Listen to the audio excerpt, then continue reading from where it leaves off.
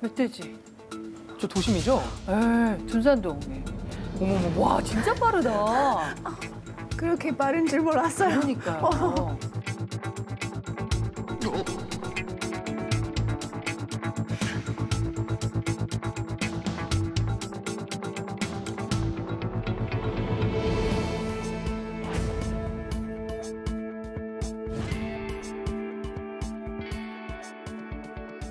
아, 유리창을 뚫고.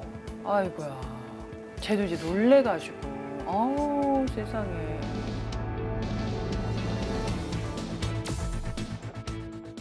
전날 대전 지역에 계셨던 분들이라면 오전에 안내 문자 받고 많이 놀라셨을 거예요. 다행히 인명피해 없이 마무리되었지만 많은 분들이 불안에 떨게 만든 사건이었습니다. 그 소식을 너무 무서웠는데 제가 직접 멧돼지를 본 적이 없어서 어떤 모습인지 몰랐어요. 멧돼지가 엄청 빨라요. 뛰는 게. 빠르더라고요 진짜. 지금 우리가 상상하는 거하고는 진짜 차이가. 실제 뛰는 거 보면 겁나게 빨라요. 그러니까 좀 느릿느릿할 것 같은데 쓱 싹 지나갔는데. 근데 요즘에 사실 뉴스에 보면은 멧돼지 출몰했다는 뉴스가 심심치않게 많은 것 같아요. 특히 겨울에는 먹이도 부족한 데다가 번식기를 맞아서 활동 범위가 넓어지기 때문인데요. 그러면서 멧돼지들이 도심으로 위험한 외출을 감행하고 있는 겁니다. 네.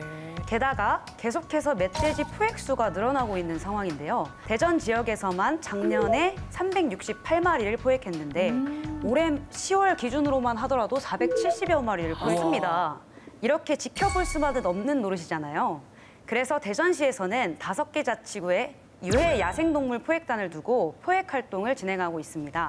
출몰 예상 지역에 멧돼지와 마주쳤을 때 대처 요령을 안내하는 현수막을 걸어두어 주의를 당부하고 있는 실정입니다. 근데 이제 야생동물 포획단이 이제 열심히 포획 활동을 하고 계시지만 어느 정도 일반 시민들도 이제 대처 방법은 좀 알고 있어야 되겠어요. 네, 맞습니다. 멧돼지를 만났을 때 대처 방법은 현장에 찾아가 들어보도록 하겠습니다. 현장 출동! 먼저 멧돼지를 가까이 마주쳤을 땐 뛰거나 소리를 칠 경우 멧돼지가 놀라 공격할 위험이 증가하기 때문에 침착하게 움직이지 않는 상태에서 멧돼지의 움직임을 똑바로 쳐다봐야 하며 등을 보일 경우 야생동물의 경우 직감적으로 겁먹은 것을 알기 때문에 등을 보이지 말아야 합니다. 멧돼지는 후각에 비해 시력은 상대적으로 약한 편이기 때문에 가까운 나무 등 은폐물 뒤로 몸을 피하고 멧돼지의 행동을 예의주시해야 합니다.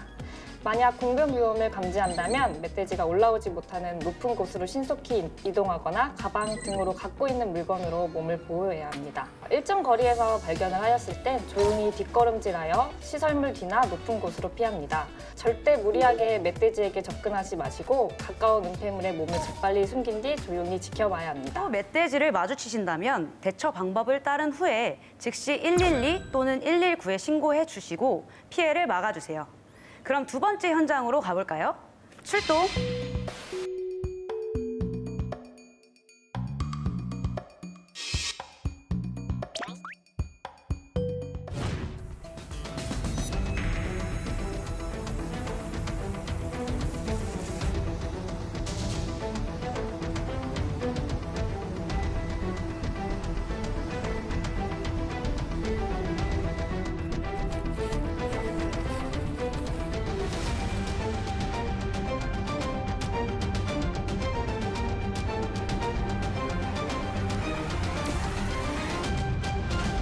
이 고속도로 한복판에서 정말 위험천만한 상황이 벌어졌는데 운전자분은 어떻게 무사하신지 모르겠네요. 네, 운전자분은 안전벨트를 한 상태여서 앞면에 다행이다. 가벼운 찰과상만 입으셨다고 합니다. 다행이네요. 하지만 차량이 전복된 상태로 운전자 혼자 쉽게 빠져나올 수 없었던 상황이었고 소방대원들이 차량 유리를 깨고 안전벨트를 절단해서 무사히 구조할 수 있었다고 합니다. 고속도로인 만큼 2차 사고가 우려되는 상황이었는데요.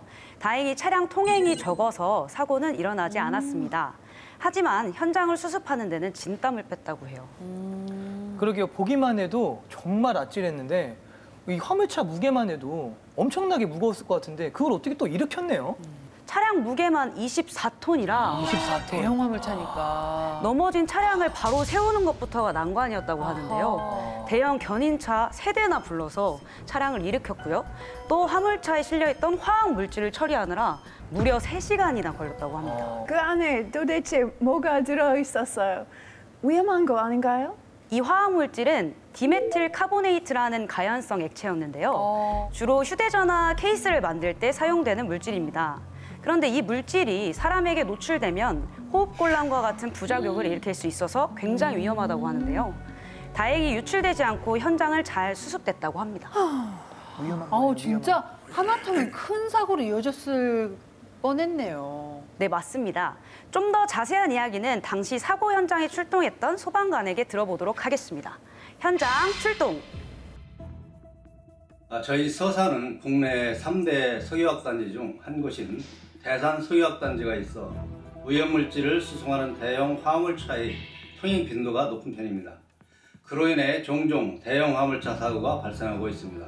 일반적으로 대형 화물차의 경우 제동거리가 길어 충분한 안전거리를 확보하지 않으면 추돌, 끼임 등의 사고와 적재된 화물이 낙하하는 사고가 있을 수 있습니다.